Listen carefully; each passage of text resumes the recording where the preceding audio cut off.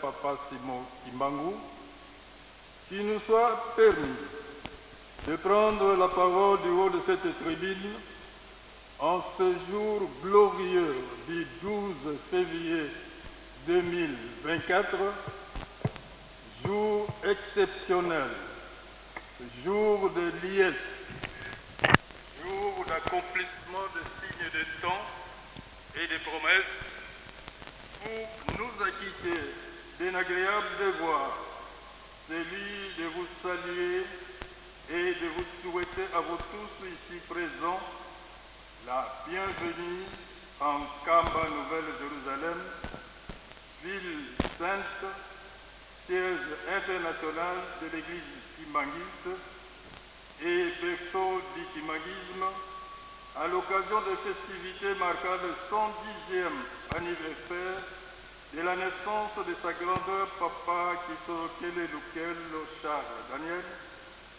fils aîné de Papa Simon Kimbangu, fondateur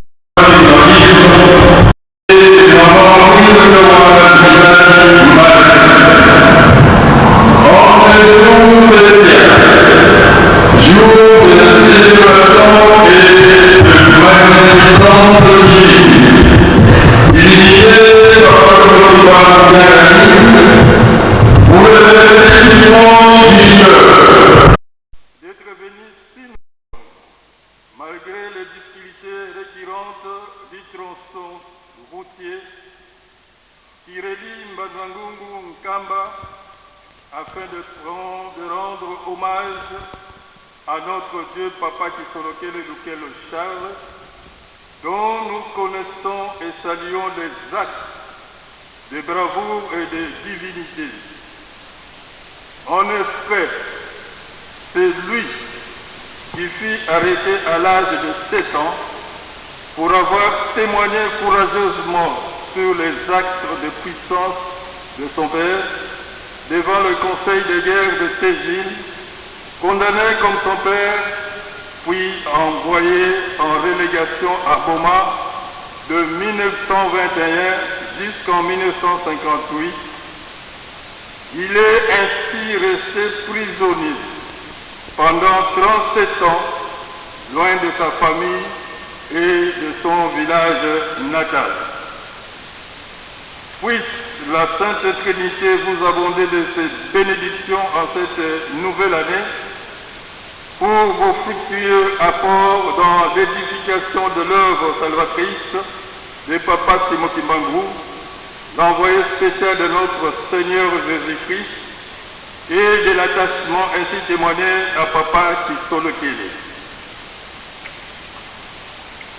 Chers papa et maman Kimbangui, en 1910, la comète Galiléo, dite l'étoile du berger, apparut dans le ciel du territoire congolais, plus précisément au-dessus de la colline sainte de Nkamba, et y demeura pendant 3 jours durant, lesquels notre Seigneur Jésus-Christ vint annoncer à Papa Simon Kimbangu que le Conseil divin avait décidé que la Sainte Trinité allait descendre sur la terre et naître dans sa maison durant la période circonscrite entre 1914 et 1918, et qu'à l'arrivée de la Sainte Trinité, une guerre éclatera à l'échelle planétaire, révélé en d'autres termes par Papa Diangenda Kuntima Joseph lors des assises de 5 mois de 1989. La naissance de sa grandeur Papa Kisolokele Lukelo Charles Daniel en Kamba, devenue aujourd'hui la Nouvelle Jérusalem, a ainsi marqué l'éclatement de la Première Guerre mondiale, le début du temps messianique au cours duquel les 3 glorieux, tous esprits, nés du Saint-Esprit, sont tour à tour descendus sur terre, à savoir le 12 février 1914, date dont nous commémorons le 110e anniversaire de naissance de sa grandeur Papa Kisolokele Lukelo Charles Daniel, fils aîné de Papa Simon Kimbangu. Ensuite, le 25 mai 1916 et le 22 mars 1918, date marquant les naissances respectivement de Papa Dialunga Nakiangani Salomo, deuxième fils de Papa Simon Kimbangu et deuxième chef spirituel de cette église, et enfin la naissance de Papa Diangenda Kuntima Joseph, fils cadet de Papa Simon Kimbangu et premier chef spirituel de l'église de Kimbangi.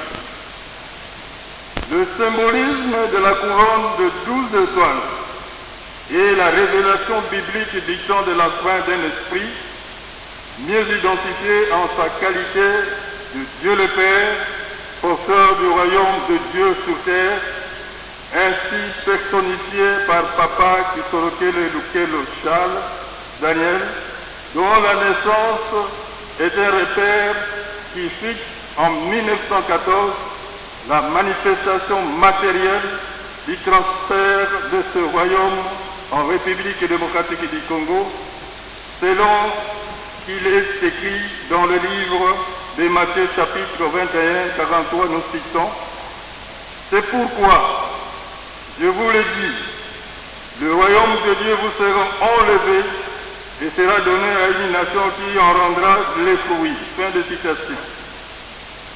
Chers papa et maman Kimbangui, l'événement qui nous réunit ici aujourd'hui est la célébration significative pour les fidèles et sympathisants kimbanguistes, aux côtés du chef spirituel, le représentant légal, sa divinité Papa Simon Kimbangu Kiangani, du 110e anniversaire de la naissance d'un témoin et d'un fils engagé aux côtés de son père dans la lutte pour une cause noble, le kimbanguisme, dont son père est le précurseur et fondateur.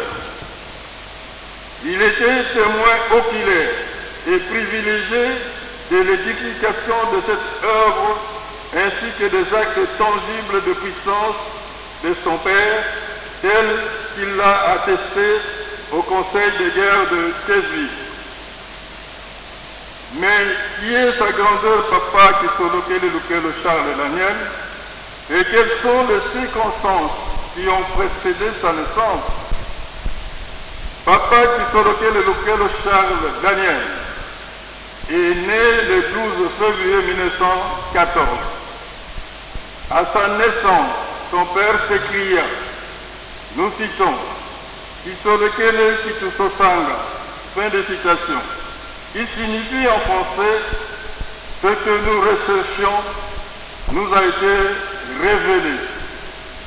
Le nom de Lukelo, qui vient de Lukeni, qui signifie raillerie, lui avait été donné par sa mère afin de signifier à ses moqueurs la fin de leur raillerie. Chers papa et maman Kimbangis, tout en étant prisonnier déguisé, papa Kisolokele Lukelo Charles Daniel fit ses études à la colonie scolaire de Boma, à l'issue desquelles il fut engagé en 1931 dans l'administration coloniale comme commis du bureau et affecté à Thiel en 1944 comme agent territorial. En 1958, à l'issue d'un test organisé par la métropole à Bruxelles et après son audience avec le roi Baudouin Ier, roi de Belge, il acquit sa libération et fut directement nommé administrateur de territoire adjoint, ensuite administrateur de territoire. En 1960, il participa à la conférence belgo-congolaise de Bruxelles, la table ronde, et devint tour à tour dans 3 gouvernements différents, ministre d'État, ministre du Travail dans le premier gouvernement de la République du Congo. C'est à ce titre du ministre d'État qu'il représenta le président de la République à l'Assemblée générale de l'ONU. En 1961, il participa à l'Organisation internationale du travail, OIT, d'où il initiera le projet de l'Institut national de préparation professionnelle, INPP en sigle, projet que le gouvernement réalisera en 1967. Actionnaire dans plusieurs sociétés, il fut élu député national en 1964 et devient le premier administrateur délégué général de l'INPP par la suite. Papa Kisolokele Lukelo Charles Daniel est un être extraordinaire et un phénomène qui compose dans la Sainte Trinité et demeure un modèle pour toutes les générations car il a dans son actif offert son énergie au service des autres et au développement de notre chère Église ainsi que de notre pays depuis les premières heures. Chers papa et maman Kimbangis, les festivités du 12 février de cette année revêtent un caractère très spécial et particulier car c'est l'année où sa divinité Papa Simon Kimbangu Kiangani, chef spirituel et représentant légal de l'église kimbangiste, démarre les travaux de la construction du grand mémorial ici en Kamba, Nouvelle-Jérusalem, à la mémoire de 37 familles, des arrêtés et relégués, ainsi que de 150 000 martyrs kimbangustes, collés, où seront conservés, exposés et affichés toutes les photos et leurs objets d'histoire afin que les générations futures partent à la rencontre d'une histoire authentique sur le kimbanguisme en accordant à ce jour un sens glorieux à cette journée du 12 février 2024. Révérend pasteur de la ville sainte de Kamba Nouvelle-Jérusalem, chers membres des collèges exécutifs nationaux ici présents, monsieur le représentant de l'INPP, chers membres de la chorale Papa Kisolokele Lukelo Charles de France, distingués invités à vos titres et qualités respectifs, chers papa et maman Kimbangis, nous ne saurons clore ce mot de circonstance sans exprimer la profonde gratitude de sa divinité Papa Simon Kimbangu Kiangani à l'endroit de son Excellence Félix Antoine Tshisekedi Tshilombo, président de la République, chef de l'État, qui a bien voulu officialiser par ordonnance présidentielle la date hautement spirituelle et historique du 6 avril de chaque année comme étant celui du combat de Papa Simon Kimbangu, envoyé spécial de notre Seigneur et Sauveur Jésus-Christ, ainsi que de la conscience africaine, en faisant de ce jour une journée fériée, chômée et payée sur toute l'étendue du territoire national. Cet acte de bravoure exceptionnel n'est pas un simple fait du hasard, mais plutôt une coïncidence divine ou un signe du destin, car cela lui avait été donné comme mission. Ceci justifie la reconnaissance de la lutte de la libération menée par Papa Simon Kimbangu depuis que son maître Jésus-Christ lui a confié la mission de libérer le monde contre toutes sortes d'aliénation, d'exploitation et de domination. Que vive la République démocratique du Congo, que vive l'Afrique, que vive son Excellence Félix Antoine Tshisekedi Tshilombo, président de la République démocratique du Congo, chef de l'État, que vive l'Église Kimangiste, que vive sa divinité Papa Simon Kimbangu Kiangani, Papa Oye, Papa Oye, Papa Oye, nous vous remercions.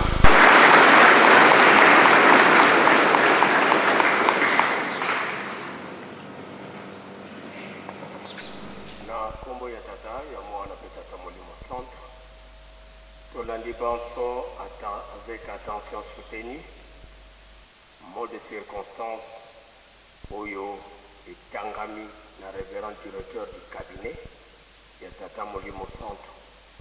Tobongisa maboko totonda yango na kombo ya tata mwana pe tata Molimo Centre, na kombo ya tata ya mwana tata Molimo Centre. Sosengi na parmi bankumu ba chef de terre oyo bauti na Congo Brazzaville oyo azali na maloba ya kuadresse na Lingomba Nyankamba pe na chef spirituel akoka koleka na oyesika.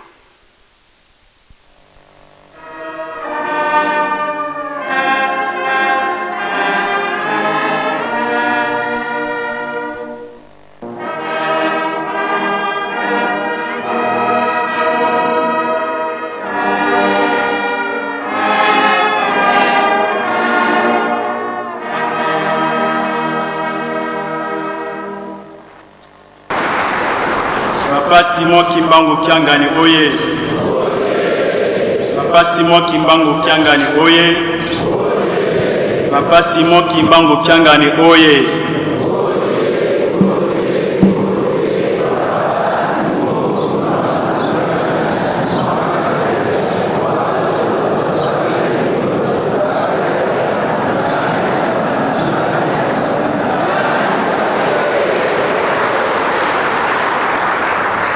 Sengi matonzi na communauté kimbangista matonzi na mfumu wa banza Papa Simon Kimbangu mpona ndenge boyambi biso na isengo nyonso tonzimi ete Nkamba ezali capitale de la paix esika makambo nyonso ebanda.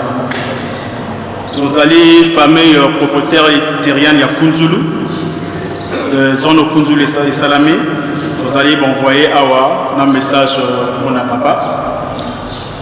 Famille Nabiso et Kosala Kosenga de sa gratitude Nabiso envers papa Nandenge Konaki Mosala Mosala na mabele Nabiso mabele ko ezo pesa biso le Congo.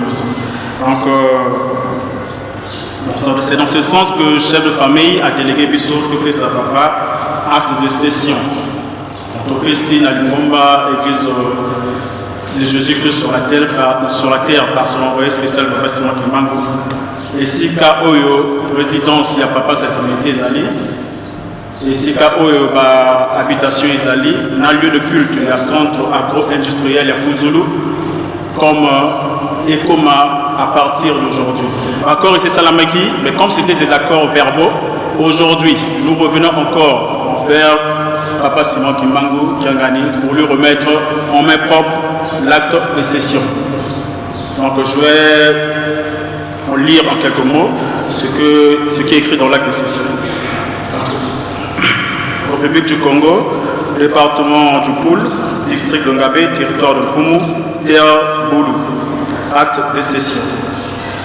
Je sous-signais Madame Otsuno Pauline, chef de la famille à Kamabi, propriétaire de la terre Boulou, déclare avoir fait don au nom de toute ma famille, au nom de l'alliance que mes ancêtres ont scellée avec sa divinité Baba Simon Kimbangu, un domaine, le domaine abritant l'église, les lieux d'habitation et le lieu d'habitation et la résidence de sa divinité. En conséquence, l'église de Jésus-Christ sur la terre par son envoyé Simon Kimbangu devient propriétaire définitif de ce terrain et pourra en jure de tout droit dès la signature de ce acte.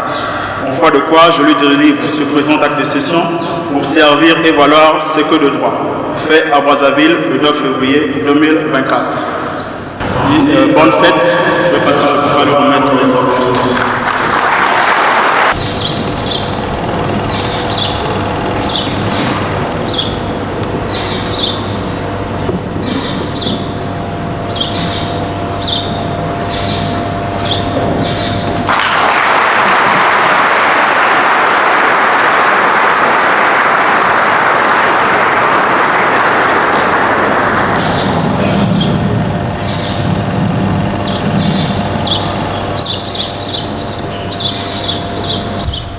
Kombo ya Nzambe Tata ya mwana pe Tata Molimo Santo na banza biso nyonso tomoni pe tokomi banzeneneke ete mabele oyo ya kunzulu epesami epai ya Papa Simon Kimbangu Kiangani.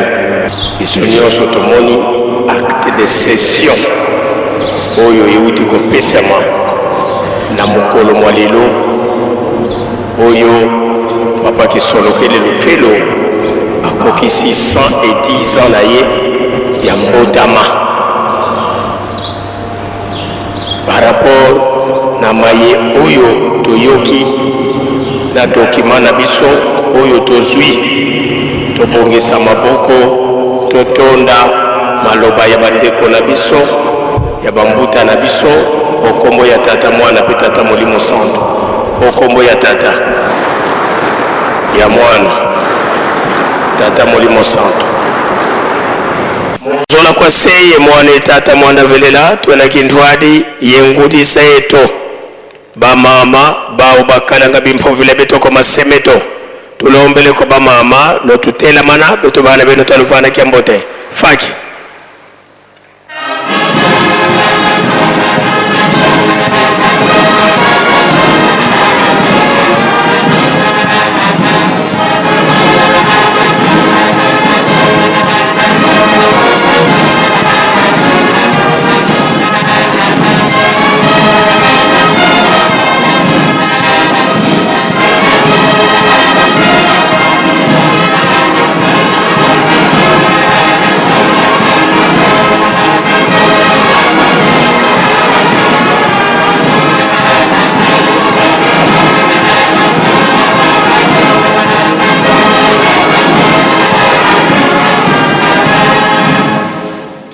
Pika tokubike no moko twavana ngudi zeto kiambote munkumba se mwana Tata Mwanda velela munkumba se ye mwana ye Tata Mwanda velela ba mama lulendele kono vwanda musola kwa se ye mwana ye Tata Mwanda velela tulwe kiva kikada kyansuka indangu tutelemesanga Tata Nzambi Tata Mwanda velela ndona utwasilwa nsilu kwa mfumo wetu Yesu Kristo vokwenda kakwenda kenda kutulombela nsadisi impeve ya nlongo ya kedika ilemba ninzatambula tsilulu zizalungana na mubeto kadibeto tubankwa nsambu tuka le 12 septembre 1887 tata Simoni Kimbangu wa Mwanda Velela wakulumuka yeuzinganga yeto tuka una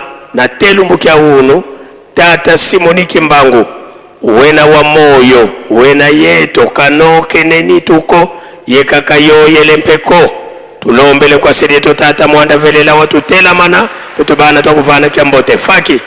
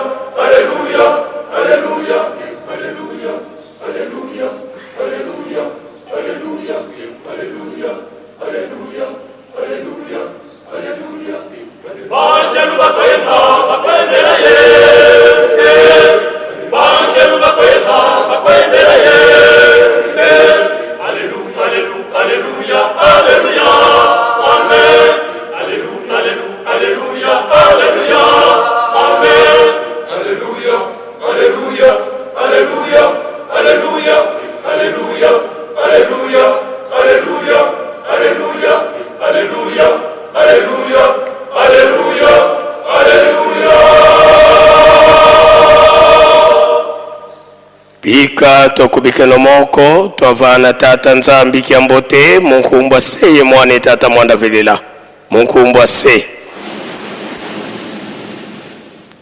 ye mwana ye tata mwanda velela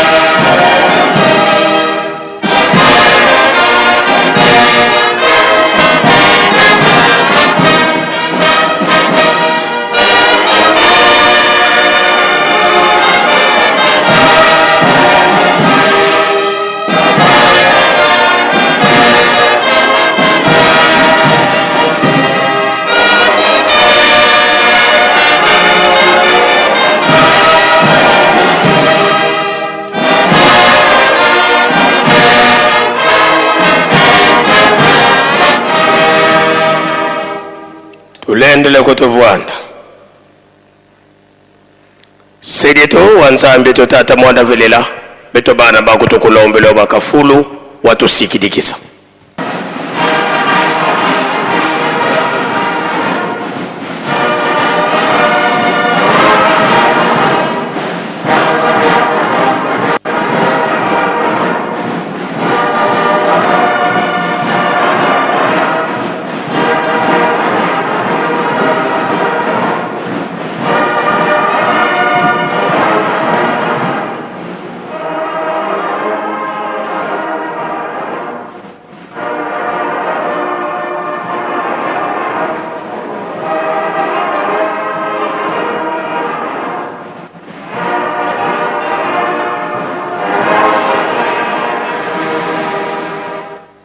tusama. Entsamu za mfumo wetu Yesu Kristo yezo la kwanza miwa siditu ye untwada ya mwanda velela biko akalanga yetu tukawa kwa yelevu seye mwane mwanda velela. Amen. Na komba tata mwana pe tata mulimo centre tolandi matei na biso tata pasteur mutateya kibiso abandela kina banzembo ba Yuda akena mibeko mikanda na ya suka toyoki to bomba to salila podo mukolo wana tobika lelo ezali mbotama ya papa Kulutu le 12 février. Toyebi papa Kulutu musala wa yasalaki na mokili ezali pona lobiko na biso bato. Musala ebandaki na 21. Papa Kulutu azaki na 7 ans. Ye musala na ye place papa Kimbangu azali ye akozanga te. Le 6 avril ebandela musala ya papa Kimbangu.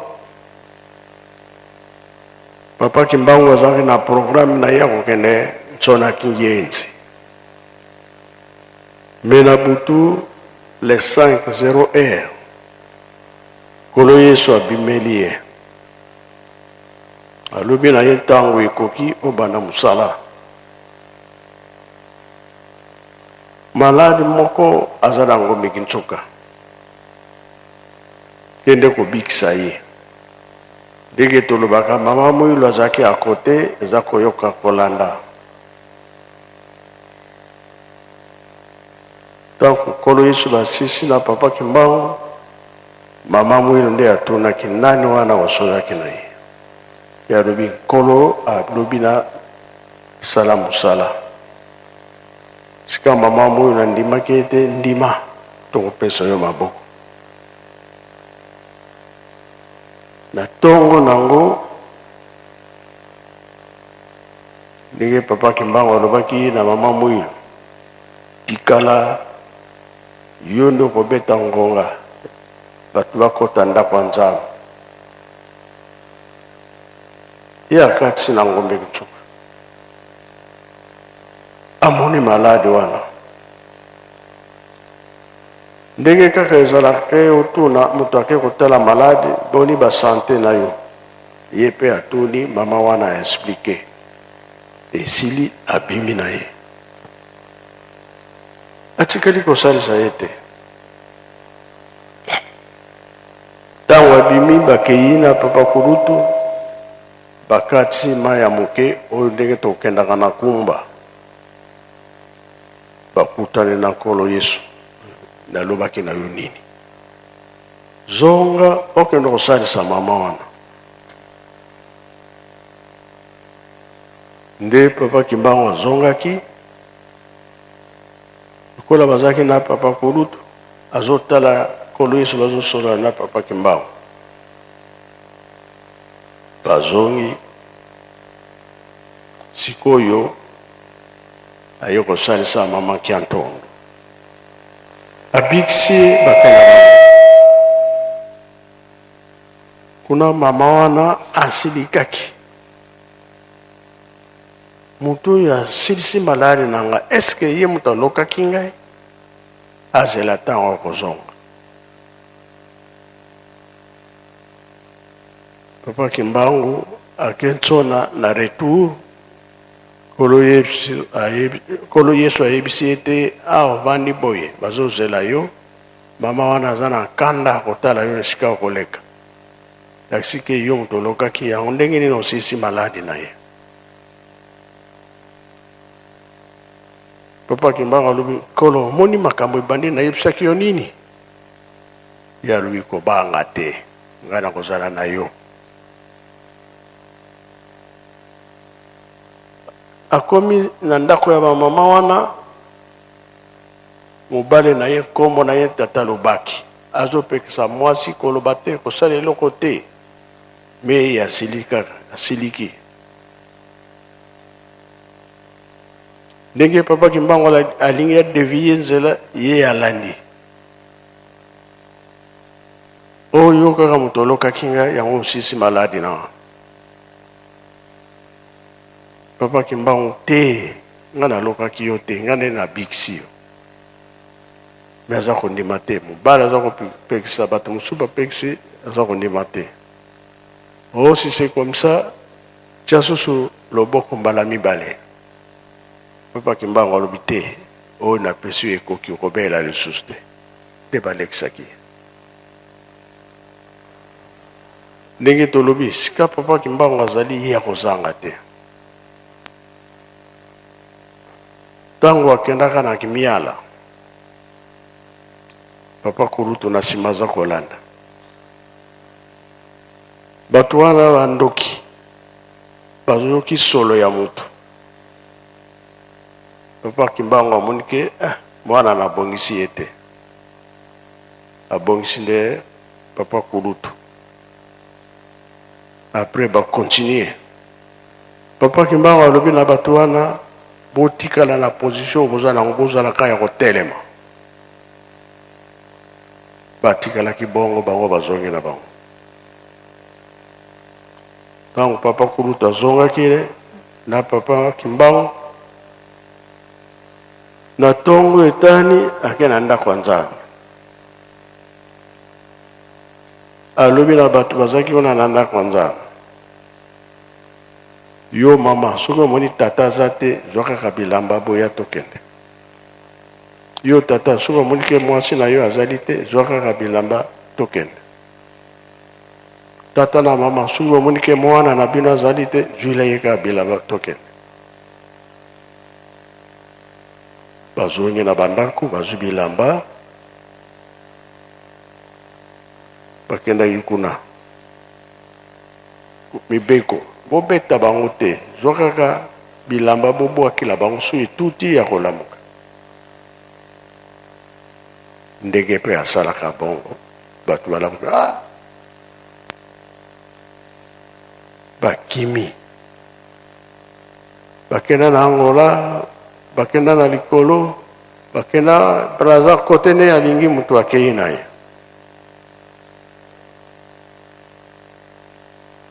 kolakisa ke papa Kulutu na papa Kimbangu azalaki kotikala te ekomaki le 6 juin oyo ekoyaki na Nkamba mama Mwilu bapapa bazwi bango bake kotika bango na tadi mpona babengaka mpango sikoyo papa Kimbangu fa zonga na ye atiki bango kuna ntango ye kotelama na mwanza kienga papa Kimbangu papa Kulutu ya kote mwana ndenge nini yo tikalaka te ye alobi esika bakobomela yongo mpe nazala wana soki bakoboma soki bakosala nini ngafo nazala wana mwana ya 7 ans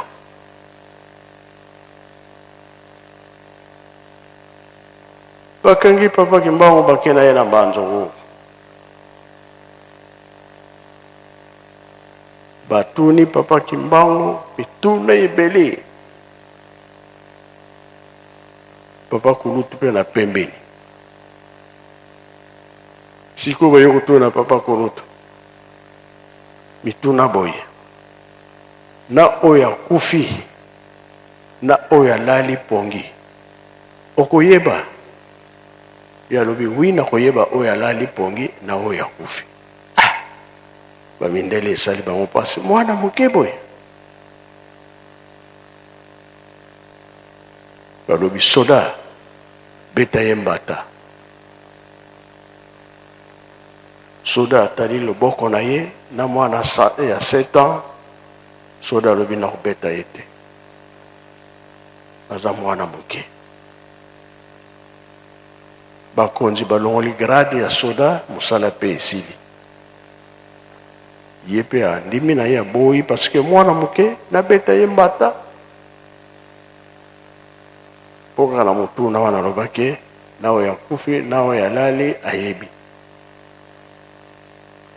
tala bapasi oyo papa amonaki batindi bango na chef médaillé na boma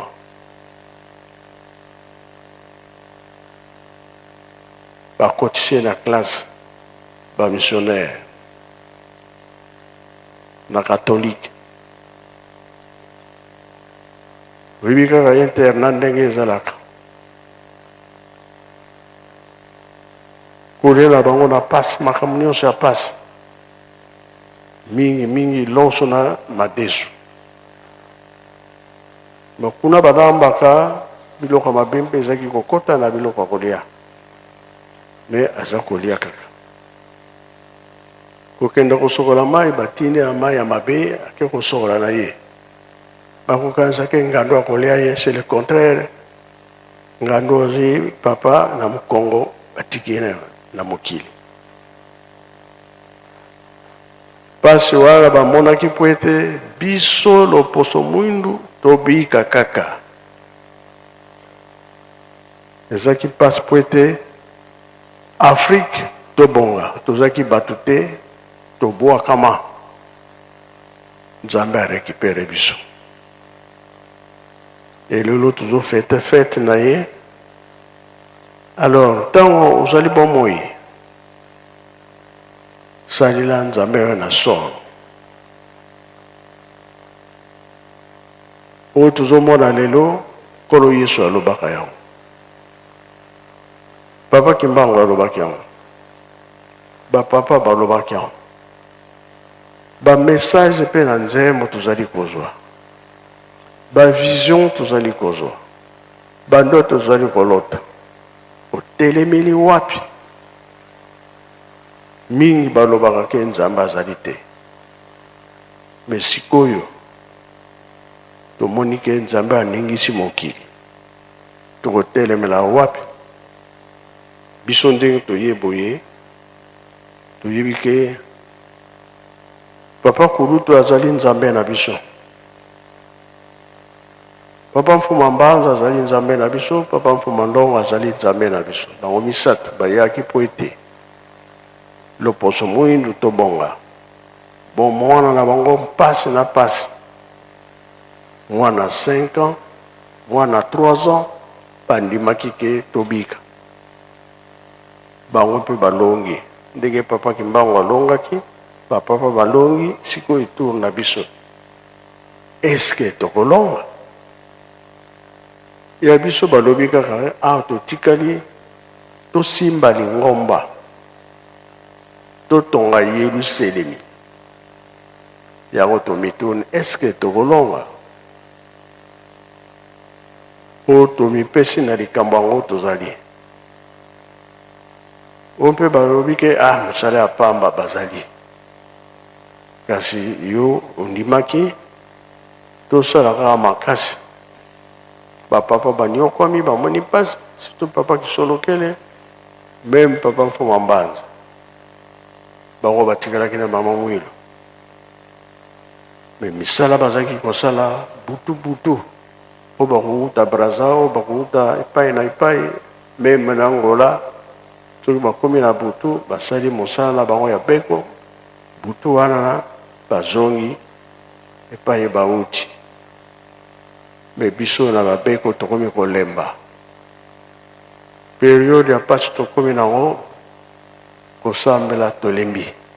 Kosala misala tolembi. Mais Nzambe alobi ke 4e génération ya suka. Génération ya liboso tolongaka te. Ya mibale tolongaki te. Ya misato tolongaki te. O ya mine. Toto na Israël. Boni bakotaka mibale. Jeteki balabala mshelu. Toto na siko Israël. Bango bakotaka boni na mboka ya elaka. Biso toyebike mibale kaka.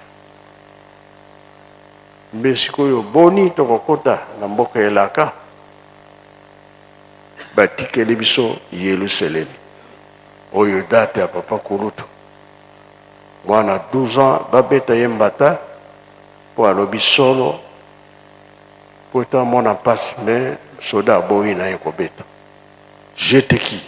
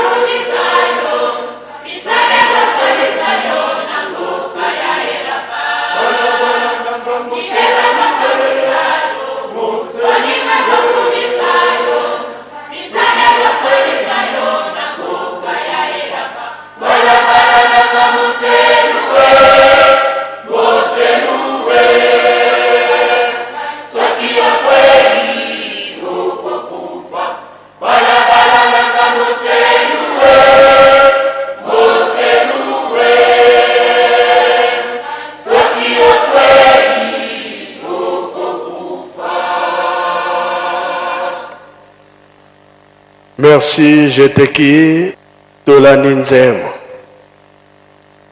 Balabala na bango eza misielu. Kobanda ye moko papa kulutu, papa mfuma mbanza, papa mfuma longo. Balobi na biso na patozo kende makambo ezali.